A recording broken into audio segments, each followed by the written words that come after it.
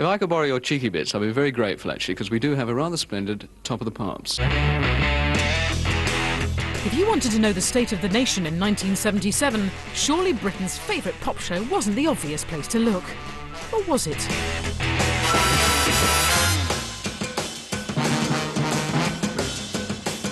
It was the year when Jubilee fever caused Britain to break out in a rash of red, white and blue. But not everyone in 1977 was celebrating. There were forces afoot in a nation that wanted to shake things up. It was bubbling under in 76, and in 77 it just exploded. I was angry. I was angry about what was going on in the world, and I was angry about this overall blandness of music. 1977 would see a wide diversity of musical styles jostling for supremacy in the charts. Anything that reeked of romance, fetch me the sick bag. And things came to a head with a dirty battle royale for the #1 spot. But there remained little doubt as to the jewel in the nation's musical crown. Top of the Pops. Top of the Pops. It was like you'd made it if you were on Top of the Pops. The question was, have you been on Top of the Pops? If you said no, well, you're not going to go anyway. And by the end of 77, both the charts and Britain's favourite music show would never look quite the same again.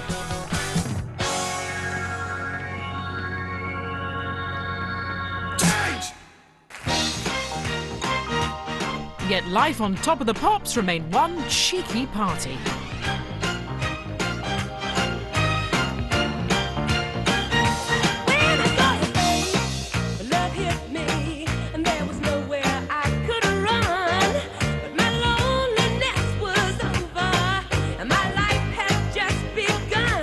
Most of the acts invited on Top of the Pops seemed to be escapist pop or novelty acts that belonged at the end of the pier.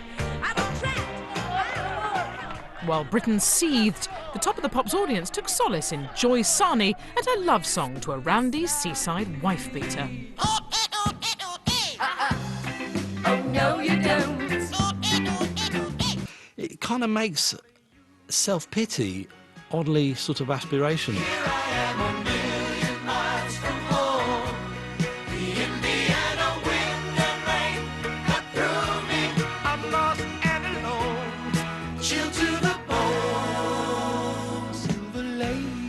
There's a whole period in the history of pop music I just simply cannot be critical about it, because I was lapping it all up like a man who's dying of thirst. Come on, you're not supposed to enjoy yourselves. Pay attention at the back. After all, it is Top of the Pops. By 1977, as Britain's premier music institution, Top of the Pops operated within rules known and respected by the record companies and their artists. And the stakes were high. The biggest plug one could get as a promotion man, what we called pluggers in those days, they call them PR men now, pluggers, was Top of the Pops, was the greatest. I would do one Top of the Pops and give away, if somebody said, Eric, you want 500 radio plays or Top of the Pops, give me Top of the Pops. It literally one appearance on Top of the Pops, automatically you made the chart. And if you're within the chart, you'll go up the chart. In 1977, the show went out on a Thursday, but the planning began the Friday before.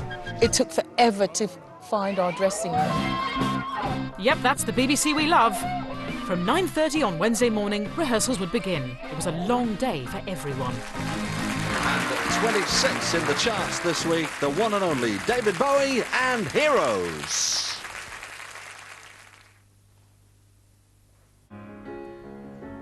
We turn water. I'd like to start that again. There's feedback down here. Woo! Or notes to that effect.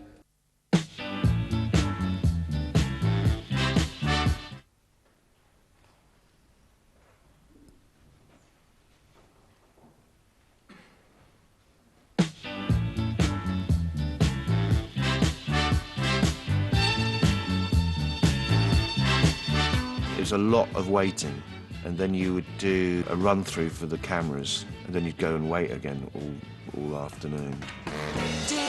Despite the tedium involved, there were unexpected pleasures to be had, such as hearing fellow artists going through their paces. My baby's coming over.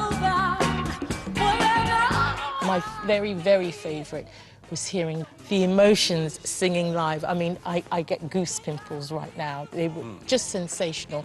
And for me, those were the best bits of Top of the Pops, those rehearsal times. Things ain't the way they used to be, baby boy. I can't believe that you're letting. We had bets amongst us in the band who would try and pull one of the dancers. We tried so many times as well.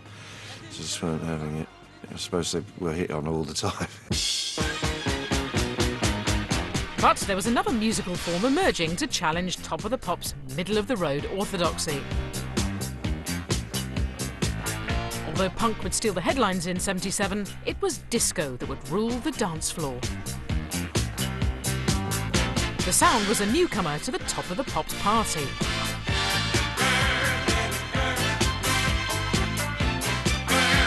Up and down the country, youngsters packed into dance halls to show off their latest moves and routines.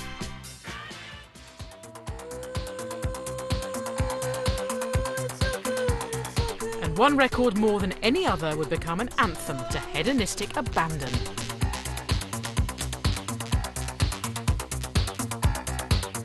To many, Donna Summer's I Feel Love was a more groundbreaking record than anything punk produced, and disco the true innovative musical style of '77.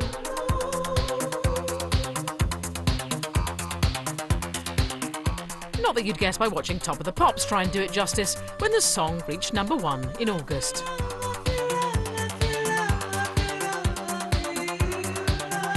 Track is so brilliant, actually, you could forget what Legs and Co are doing. It just sounds amazing. They could just be pretending to be chimpanzees and it still wouldn't ruin the song.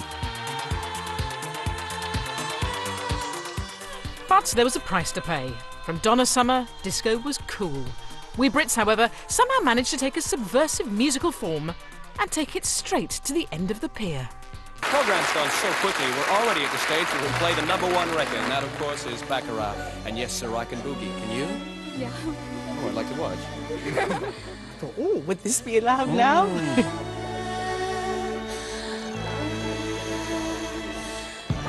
I think a lot of people saw the DJs as buffoons, and they were probably right. But on the other hand, you could actually maybe take a kinder view and say that the DJs were kind of like the glue that held the thing together.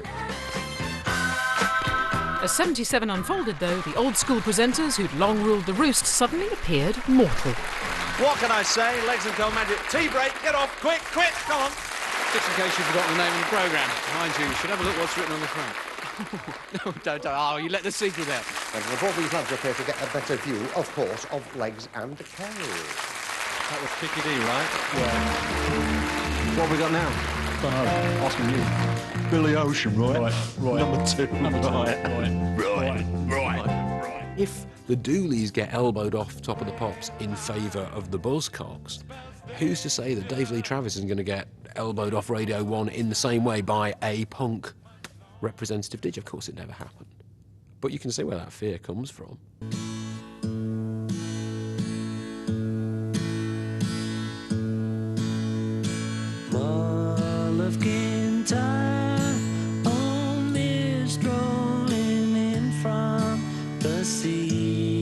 I did.